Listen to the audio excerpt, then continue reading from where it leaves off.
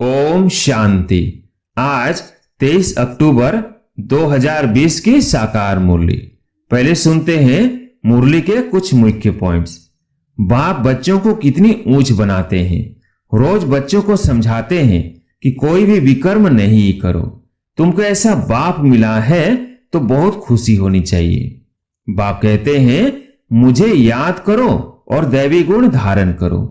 कोई भी प्रॉपर्टी का झगड़ा आदि है तो उनको खलास कर दो। झगड़ा करते करते तो प्राण भी निकल जाएंगे। बाप समझाते हैं इसने छोड़ा तो कोई झगड़ा आदि थोड़ी किया। कम मिला तो जाने दो, उसके बदले कितनी राजाई मिल गई। फिर बाबा ने कहा दुनिया में सच्ची शांति किसको भी मिल न सके। पवित्रता, सुख, शांति, संपत्ति सिवाय बाप के कोई दे नहीं सकता। फिर बाबा ने कहा ऐसा कभी नहीं करना चाहिए कि हम शिव बाबा को देते हैं। नहीं, हमने शिव बाबा से पदम लिया, दिया नहीं। बाबा तो तुमको अनगिनत देते हैं। शिव बाबा तो दाता है, तुम उनको देंगे कैसे। मैंने दिया यह समझने से फिर देह अभिमान आ जाता है। और लास्ट में बाबा ने कहा अपना कमरा चित्रों से सजा दो तो तुम बिजी रहेंगे। यह जैसे तुम्हारी लाइब्रेरी हो जाएगी। दूसरों का कल्याण करने के लिए चित्र आदि लगा देना चाहिए। जो आए उनको समझाओ। अब मुरली सुनते हैं विस्तार से। मीठे बच्चे, श्रेष्ठ से श्रेष्ठ बनने के लिए स्वयं भगवान तुम्हें श्रेष्ठ मत दे रहे हैं, जिससे तुम नरकवासी से स्वर्गवासी बन जाते हो। आज का प्रश्न है देवता बनने वाले बच्चों को विशेष किन बातों का ध्यान रखना है। उत्तर, कभी कोई बात में रूठना नहीं, सकल मुर्दे जैसे नहीं करनी है, किसी को भी दुख नहीं देना है। देवता बनना है तो मुख से सदैव फूल निकले। अगर कांटे वो पत्थर निकलते हैं तो पत्थर के पत्थर ठहरे। गुण बहुत अच्छे धारण करने हैं, यही सर्वगुण संपन्न बनना है। सजा खाएंगे तो फिर पद अच्छा नहीं मिलेगा। ओम शांति। नए विश्व व नई दुनिया के मालिक बनने वाले रूहानी बच्चों प्रति रूहानी बाप समझाते हैं। यह तो बच्चे समझते हैं कि बाप आए हैं बेहद का बरसा देने। हम लायक नहीं थे, कहते हैं हे प्रभु मैं लायक नहीं हूं, मुझे लायक बनाओ। बाप बच्चों को समझाते हैं तुम मनुष्य तो हो, यह देवताएं भी मनुष्य हैं, परंतु इनमें दैवी गुण है। इन्हों को सच्चा सच्चा मनुष्य कहेंगे। मनुष्यों में आसुरी गुण होते हैं तो चलन जानवरों मिसल हो जाती है। दैवी गुण नहीं है तो उसको आसुरी गुण कहा जाता है। अब फिर बाप आकर तुमको श्रेष्ठ देवता बनाते हैं। सचखंड में रहने वाले सच्चे सच्चे मनुष्य यह लक्ष्मी नारायण है। इन्हों को फिर देवता कहा जाता है। इन्हों में दैवी गुण है। भल गाते भी हैं हे पतित पावन आओ। परंतु पावन राजाएं कैसे होते हैं, फिर पतित राजाएं कैसे होते हैं, यह राज कोई नहीं जानते। वह है भक्ति मार्ग। ज्ञान को तो और कोई जानता नहीं। तुम बच्चों को बाप समझाते हैं और ऐसा बनाते हैं। कर्म तो ये देवताएं भी सतयुग में करते हैं, परंतु पतित कर्म नहीं करते हैं। उनमें दैवी गुण है। छी काम न करने वाले ही स्वर्गवासी होते हैं। नरकवासी से माया छी काम कराती है। अब भगवान बैठ श्रेष्ठ काम कराते हैं और श्रेष्ठ मत देते हैं कि ऐसे छी काम नहीं करो। श्रेष्ठ से श्रेष्ठ बनने के लिए श्रेष्ठ से श्रेष्ठ मत देते हैं। देवताएं श्रेष्ठ है ना, रहते भी है नई दुनिया स्वर्ग में। यह भी तुम्हारे में नंबरवार पुरुषार्थ अनुसार जानते हैं, इसलिए माला भी बनती है 8 की व 108 की करके 16,108 की भी कहें। को भी क्या हुआ, इतने करोड़ मनुष्य हैं, इनमें 16,000 निकले तो क्या हुआ, 1/4% भी नहीं। बाप बच्चों को कितना ऊंच बनाते हैं। रोज बच्चों को समझाते हैं कि कोई भी विकर्म नहीं करो। तुमको ऐसा बाप मिला है तो बहुत खुशी होनी चाहिए। तुम समझते हो कि हमको बेहद के बाप ने अडॉप्ट किया है, हम उनके बने हैं। बाप है स्वर्ग का रचयिता, तो ऐसे स्वर्ग का मालिक बनने के लायक सर्वगुण संपन्न बनना पड़े। यह लक्ष्मी नारायण सर्वगुण संपन्न थे, इन्हों के लायक की महिमा की जाती है। फिर 84 जन्मों के बाद नालायक बन जाते हैं। एक जन्म भी नीचे उतरे तो जरा कला कम हुई, ऐसे धीरे धीरे कम होती जाती है। जैसे ड्रामा भी जू मिसल चलता है ना, तुम भी धीरे धीरे नीचे उतरते हो तो 1250 वर्ष में 2 कला कम हो जाती है। फिर रावण राज्य में जल्दी जल्दी कला कम हो जाती है, ग्रहण लग जाता है। जैसे सूर्य चांद को भी ग्रहण लगता है ना, ऐसे नहीं कि चंद्रमा सितारों को ग्रहण नहीं लगता है, सबको पूरा ग्रहण लगा हुआ है। अब बाप कहते हैं यहां से ग्रहण उतरेगा, कोई भी पाप नहीं करो।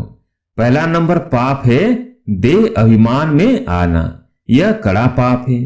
बच्चों को इस एक जन्म के लिए ही शिक्षा मिलती है, क्योंकि अभी दुनिया को चेंज होना है, फिर ऐसी शिक्षा कभी मिलती नहीं। बैरिस्टरी आदि की शिक्षा तो तुम जन्म जन्मांतर लेते आए हैं, स्कूल आदि तो सदा है ही।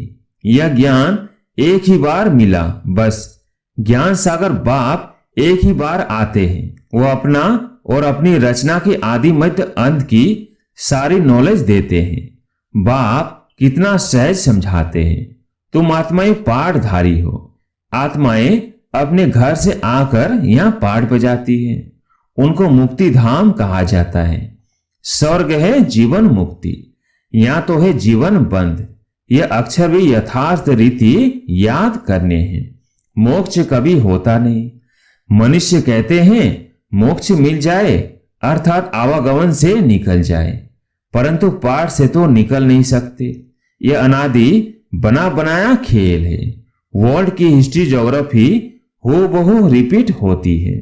सतयुग में वही देवता आएंगे, फिर पीछे इस्लामी बौद्धि आदि सब आएंगे।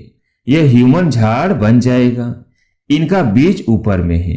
बाप है मनुष्य सृष्टि का बीज रूप। मनुष्य सृष्टि तो है ही, परंतु सतयुग में बहुत छोटी होती है, फिर धीरे धीरे बहुत वृद्धि होती जाती है। अच्छा, फिर छोटी कैसे होगी? बाप आकर पति से पावन बनाते हैं।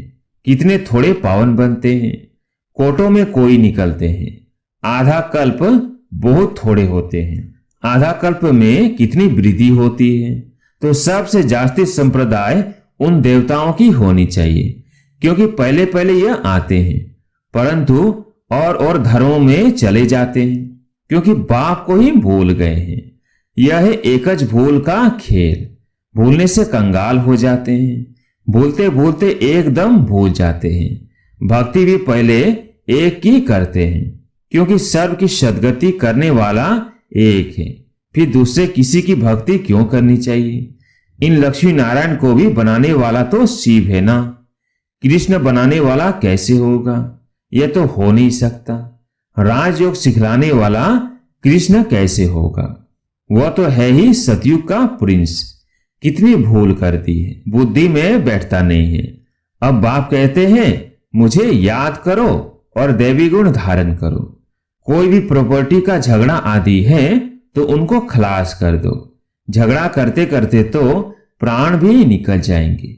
बाप समझाते हैं इसने छोड़ा तो कोई झगड़ा आदि थोड़ी किया, कम मिला तो जाने दो, उसके बदले कितनी राजाई मिल गई। बाबा बताते हैं मुझे साक्षात्कार हुआ, विनाश और राजाई का तो कितनी खुशी हुई, हमको बादशाही मिलनी है। तो ये सब क्या है? ऐसे थोड़ी कोई भूख मरेंगे।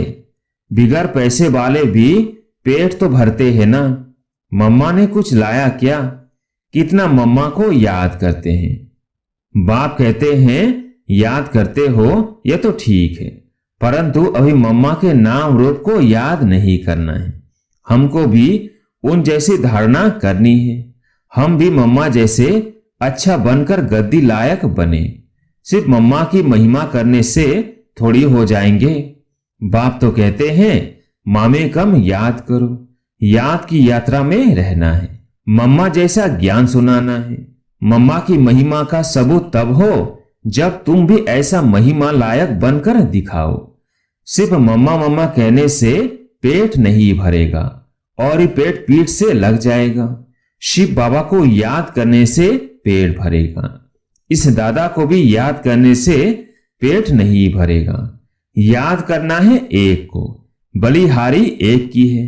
युक्तियां रचनी चाहिए सर्विस की, सदैव मुख से फूल निकले। अगर कांटे पत्थर निकलते हैं तो पत्थर के पत्थर ठहरे। गुण बहुत अच्छे धारण करने हैं। तुमको यहां सर्वगुण संपन्न बनना है। सजा खाएंगे तो फिर पद अच्छा नहीं मिलेगा। यहां बच्चे आते हैं बाप से डायरेक्ट सुनने। यहां ताजा ताजा नशा बाबा चढ़ाते हैं। सेंटर पर नशा चढ़ना है, फिर घर गए। संबंधी आदि देखें तो खल्लास।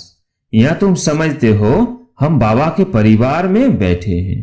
वहां आसुरी परिवार होता है, कितने झगड़े आदि रहते हैं। वहां जाने से कीचड़ पट्टी में जाकर पड़ते हैं। यहां तो तुमको बाप को भूलना नहीं चाहिए। दुनिया में सच्ची शांति किसको भी मिल न सके। पवित्रता, सुख, शांति, संपत्ति सिवाय बाप के कोई दे नहीं सकता।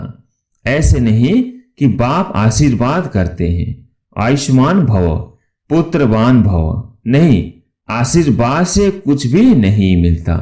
यह मनुष्यों की भूल है। सन्यासी आदि भी आशीर्वाद नहीं कर सकते। आज आशीर्वाद देते, कल खुद ही मर जाते। पोप भी देखो कितने होकर गए हैं। गुरु लोगों की गद्दी चलती है। छोटेपन में भी गुरु मर जाते हैं, फिर दूसरा कर लेते या छोटे चेले को गुरु बना देते हैं। यह तो बाप दादा है देने वाला। यह लेकर क्या करेंगे? बाप तो निराकार है ना, लेंगे साकार। यह भी समझने की बात है। ऐसा कभी नहीं करना चाहिए कि हम शिव बाबा को देते हैं। नहीं, हमने शिव बाबा से पदम लिया, दिया नहीं। बाबा तो तुमको अनगिनत देते हैं। शिव बाबा तो दाता है, तुम उनको देंगे कैसे? मैंने दिया, यह समझने से फिर देह अभिमान आ जाता है। हम शिव बाबा से ले रहे हैं। बाबा के पास इतने ढेर बच्चे आते हैं, आकर रहते हैं तो प्रबंध चाहिए ना। गोया तुम देते हो अपने लिए, उनको अपना थोड़ी कुछ करना है। राजधानी भी तुमको देते हैं, इसलिए करते भी तुम हो। तुमको अपने से भी ऊंच बनाता हूं। ऐसे बाप को तुम भूल जाते हो। आधा कल्प पूज्य, आधा कल्प पुजारी। पूज्य बनने से तुम सुख धाम के मालिक बनते हो, फिर पुजारी बनने से दुख धाम के मालिक बन जाते हो। यह भी किसको पता नहीं कि बाप कब आकर स्वर्ग की स्थापना करते हैं। इन बातों को तुम संगम युगी ब्राह्मण ही जानते हो। बाबा इतना अच्छी रीति समझाते हैं, फिर भी बुद्धि में नहीं बैठता। जैसे बाबा समझाते हैं ऐसी युक्ति से समझाना चाहिए। पुरुषार्थ कर ऐसा श्रेष्ठ बनना है। बाप बच्चों को समझाते हैं बच्चों में बहुत अच्छे दैवी गुण होने चाहिए। कोई बात में रूठना नहीं, शकल मुर्दे जैसी नहीं करनी है।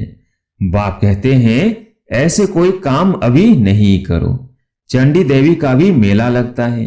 चंडिका उनको कहते हैं जो बाप की मत पर नहीं चलती, जो दुख देती है। ऐसी चंडिकाओं का भी मेला लगता है। मनुष्य अज्ञानी है ना, अर्थ थोड़ी समझते हैं। कोई में ताकत नहीं, वो तो जैसे खोखले हैं। तुम बाबा को अच्छी रीति याद करते हो तो बाप द्वारा तुम्हें ताकत मिलती है। परंतु यहां रहते भी बहुतों की बुद्धि बाहर में भटकती रहती है। इसलिए बाबा कहते हैं यहां चित्रों के सामने बैठ जाओ तो तुम्हारी बुद्धि इसमें बिजी रहेगी। गोले पर, सीढ़ी पर किसको समझाओ? तो बोलो सतयुग में बहुत थोड़े मनुष्य होते हैं, अभी तो ढेर मनुष्य हैं। बाप कहते हैं मैं ब्रह्मा के द्वारा नई दुनिया की स्थापना कराता हूं, पुरानी दुनिया का विनाश कराता हूं। ऐसे ऐसे बैठ प्रैक्टिस करनी चाहिए। अपना मुख आप ही खोल सकते हैं।